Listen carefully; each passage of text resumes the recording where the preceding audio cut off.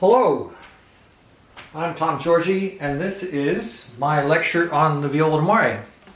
And this is the viola d'amore of the most common kind. So this particular one has 7 playing strings and 7 sympathetic strings. The sympathetic strings run in a kind of a tunnel between the neck and the fingerboard, and they're not plucked or bowed, not usually, but they resound in sympathy with the playing strings and color and prolong the sound. And this resonance is where the d'amore part of the name viola d'amore comes. And it's a little bit like pushing a child on a swing. So you may have had the experience, if you get the child pushing, started on the swing, it takes actually very little effort to keep them going. Now, if for some reason the ropes on the next swing are twice as long as the one on the child in front of you, you could actually push them both with the same push. Not exactly every time, because the period of the one with twice as long, that would be twice as slow. And that's kind of what we have here. We've got D's and A's in octaves in this particular tuning. So kind of, I've got a set of swings, if you will, in my resonating strings today of various length ropes, and as a result they respond to different kinds of pushes from the playing strings. This resonance seems to have struck the 18th century mind as an excellent metaphor for romantic love, because so seldom are two people and two strings that in tune one with another that you have this kind of resonance. Moving on, I'm going to have to just do this little bit of that. Yep. So what I'd like to do now is play for you a little rigodon. Now this is an anonymous manuscript. The form of this particular dance is AABB. And so for the 2 A's, I'm going to play the first A on the viola d'amore, and the repeat A, I'm actually going to play on the violin. And that's just to show you that although it's quite similar, somehow the sound is different enough that in fact I think the message of the instrument is a little bit different, and that's why it's useful to the composer and to the listener. What else about this? For both of the B's, I'm going to play on the viola d'amore. And at the very end, there's actually what's called a petite reprise. So the last 4 bars are repeated, and this is really fun in the kind of in the high Baroque. When there's one of these petite reprises, this is an opportunity for the player to add his own flourish at the end. So let's listen to this little rigodon now.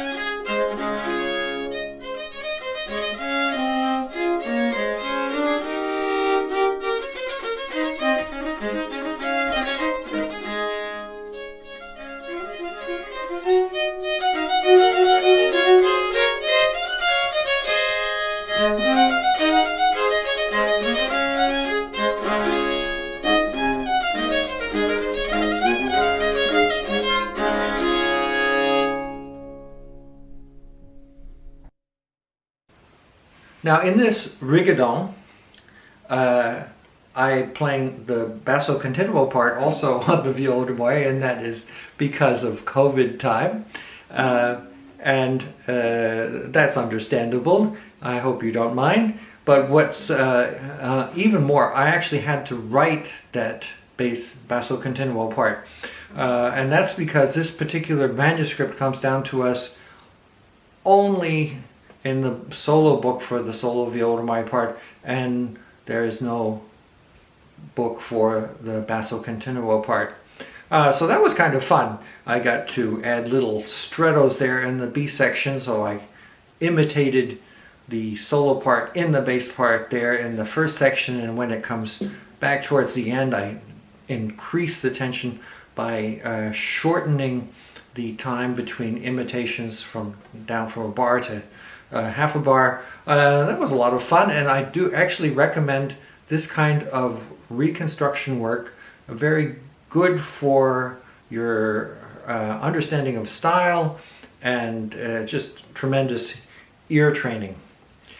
Now, going on, I think maybe I should explain just a little bit about the viola part. Now, you already just heard that the violin and the viola da mare, although they're obviously very similar, they don't sound quite the same. And so one of the questions I get asked over the years is, so is this a funny kind of viola as well? It's a viola in the sense that it belongs to the viola family. It has no frets, and it's held under the chin. I mean, it has some other differences. For instance, very often, in fact, even perhaps most often, the belly and the back, so this is the belly of the instrument and this is the back, they're made flush with the ribs. And the violin, or if you don't mind today, I'm going to call it the viola family, those plates, the front and back plates, extend over the edge of in 1.5 millimeters. And this is a really marvelous feature because when seams come open, as happens quite often, it's quite easy to get the seams glued back again. You drizzle in a little glue, you clamp for a few hours, and off you go. Whereas when a seam comes open on one of these instruments with the flush belly and back, then you actually have a slightly more complicated situation, potentially, when the seams come open, because very often the edges don't line up anymore. Yeah, let me just, before we leave this idea of the viola family, let's just say how I understand the history of that. So the way I see it, the viola is actually the oldest member of the so-called violin family, and the violin is a little viola, and the violone is a big viola, and the basso da viola is a bass viola, and the violoncello, which is almost 200 years younger than the viola, is kind of the Johnny-come-lately of the family. It's kind of a, it's a little bit like a superette, really. It's a corner store pretending to be a supermarket, or it's a small bass instrument pretending to be a violone. Now, the history of the viola da mare is actually kind of complicated.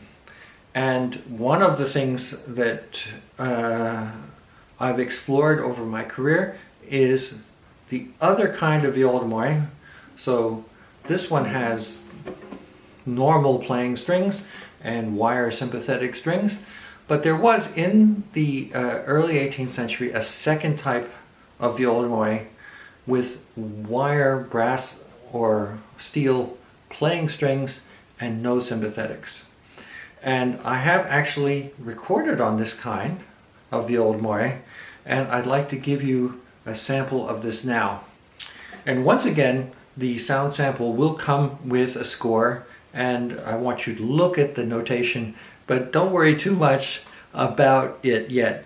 The intricacies of the notation of the viol moi we'll take up in a later episode. So this is actually the first movement of what's called a lesson for the viola da mare by Attilio Ariosti.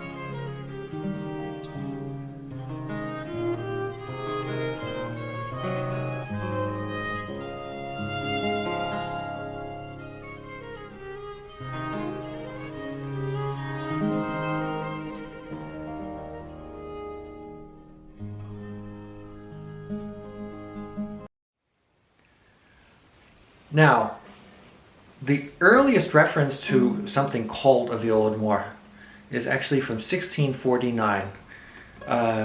And apparently we have descriptions of, but I have never met an exemplar of the earliest kind of viola d'amore with 5 playing strings. And I'm quite sure by the 1680s and 1690s there's a fair amount of repertoire that's preserved, and it's all for a 6-stringed instrument, and I think actually it's the form with the sympathetic strings. The works of Bieber and similar German, South German and Austrian composers. I'm not at all sure when the 7th string was added. I think it's possible that there was actually 2 sizes of instruments. In fact, there are many sizes of viola d'amore. The great thing about the viola d'amore is that no 2 instruments are actually quite the same. Makers and players really use the viola d'amore as the experimental corner where they could exercise their imagination and fantasy, and so you get them in various sizes. So the tunings reflect the sizes, and I think basically by the mid 18th century, maybe a little later, they figured out that they could actually cover all of the pieces if they added a low 7th string.